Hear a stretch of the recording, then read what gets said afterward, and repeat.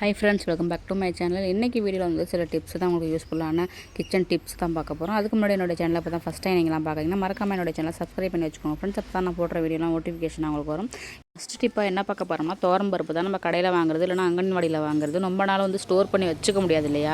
அதில் வந்து ஒரு கருப்பு வண்டு பூச்சி மாதிரி இந்த பூச்சி நிறைய நிறைஞ்சிச்சுன்னா அது வந்து நம்மளால் கழுவும் போது அதிகமாக வெளியிலே வராது. நம்ம எவ்வளோ தான் அலசினாலும் அதுக்குள்ளேயே இருந்துக்கும், கஷ்டமாக இருக்கும்.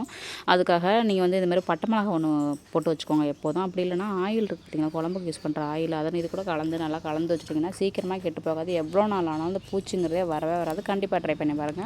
அடுத்ததாக என்ன டிப்ஸ் பார்க்க போகிறோம்னா, நம்ம வந்து கல் உப்பு தான். நம்ம நைஸ் உப்பு தனியாக வாங்கி வச்சுக்கிறோம். நிறைய கெமிக்கல் கலந்து இப்போ அந்தளவுக்கு ரொம்ப பாலிஷாக ஒயிட் கலரில் வருது. அது போல் வாங்காமல் நம்ம இது போல் கல் உப்பு வாங்குவோம் இல்லையா? நம்ம தெருவில் வர்ற உப்பு ரொம்ப வந்து கம்மியான ரேட்டுக்கு வாங்கினா அதாவது நல்ல உப்பு அப்படின்னு கூட இப்போ சொல்லலாம். ரொம்ப பாலிஷ் பண்ணியிருந்தால் அது வந்து அதுவுமே கலப்படம் தான். நீங்கள் இது போல் கல் உப்பு வீட்டில் வச்சுருக்கீங்க இல்லையா, அன்றாடம் யூஸ் பண்ணுறீங்க, அந்த உப்பை வந்து நம்ம என்ன பண்ணணும்னா சட்டியில் போட்டு நம்ம வறுத்து எடுத்துக்கணும். ஒரு எண்ணெய் சட்டியில் போட்டு நல்லா வறுத்து எடுத்துக்கிட்டு அந்த சூடு தணிஞ்ச பிறகு நம்ம நைஸாக மிக்ஸி ஜாரில் போட்டு அடித்து எடுத்துக்கோங்க. நைஸ் உப்பு ரெடி.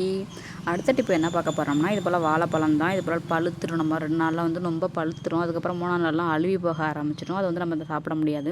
ஒரு பக்கம் நல்லாயிருக்கும், ஒரு பக்கம் சாப்பிட முடியாத அளவுக்கு இந்த மாதிரி அழுகி போயிடும். அதுக்கு என்ன பண்ணலாம் அப்படின்னா, நம்ம வந்து கேரி பை தான் நான் யூஸ் பண்ணுறேன். உங்கள்கிட்ட எந்த பை இருக்கோ அதை நீங்கள் யூஸ் பண்ணிக்கோங்க. கடைகளில் அடிக்கடி நமக்கு கொடுக்கக்கூடிய கேரி பை நான் வந்து ஸ்டோர் பண்ணி வச்சுப்பேன். இந்த தான் நான் யூஸ் பண்ண போகிறேன். இதை நல்லா இழுத்து நல்லா வந்து டைட் பண்ணி கட்டி வச்சுட்டோம்னா கண்டிப்பாக வந்து இது வீணாக போகாது, அழுகி போகாது. ஒரு வாரமும் ஆனாலுமே அந்தளவுக்கு ஃப்ரெஷ்ஷு எப்படி வாங்கினோமோ அந்தளவுக்கு ஃப்ரெஷ்னஸாகவே இருக்கும். இப்படி உங்ககிட்ட கேரி பை இல்லை, துணி இருக்குது அப்படின்னா துணியை கூட நீங்கள் வச்சு நல்லா நனைச்சி எடுத்துக்கிட்டு அதை புழிஞ்சிட்டு அதை நல்லா டைட் பண்ணி அதே மாதிரி சுற்றி வச்சுக்கோங்க.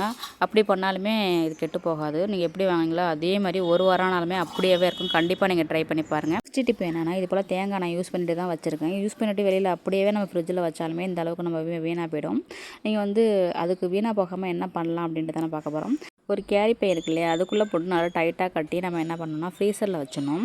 அப்படி வச்சாலுமே வீணாக போகாது. இன்னொரு மெத்தடு என்னென்னா, நம்ம வந்து வீட்டில் டிஃபன் பாக்ஸு, சில்வர் பாத்திரம் அப்படி இல்லைனா பிளாஸ்டிக் பாத்திரம் எதுவாக இருந்தாலுமே பரவாயில்ல, அதுக்குள்ளேயுமே நம்ம இது மாதிரி வச்சு ஃப்ரீசரில் வச்சுருக்கோங்க. கண்டிப்பாக ஃப்ரீசரில் வச்சா தான் நம்ம வந்து எப்படி நம்ம தேங்காய் உடச்சப்போ எப்படி இருக்கோ அதே அளவுக்கு நம்ம வந்து உள்ளுக்குள்ளே வச்சோன்னா கண்டிப்பாக இருக்கும். நீங்கள் இதையும் நீங்கள் கண்டிப்பாக ட்ரை பண்ணி பாருங்கள்.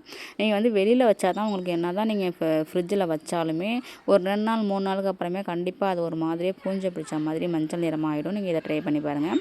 நெக்ஸ்ட் டிப் என்னென்னா, அரிசி மாவு தான். நம்ம வந்து இட்லி தோசை ஊற்றுறோம் இல்லையா, அந்த அரிசி மாவு. இதில் நிறைய விஷயங்கள் இருக்குது. இது வந்து நான் இன்னொரு வீடியோவில் உங்களுக்கு நிறைய ஷேர் பண்ணுறேன். இப்போ நான் ஒரு 2 விஷயத்தை தான் நான் சொல்ல போகிறேன். இது மாதிரி இருக்குதுன்னு வச்சுக்கோங்களேன். நம்ம இது வந்து நம்ம தலையில் அப்ளை பண்ணலாம்.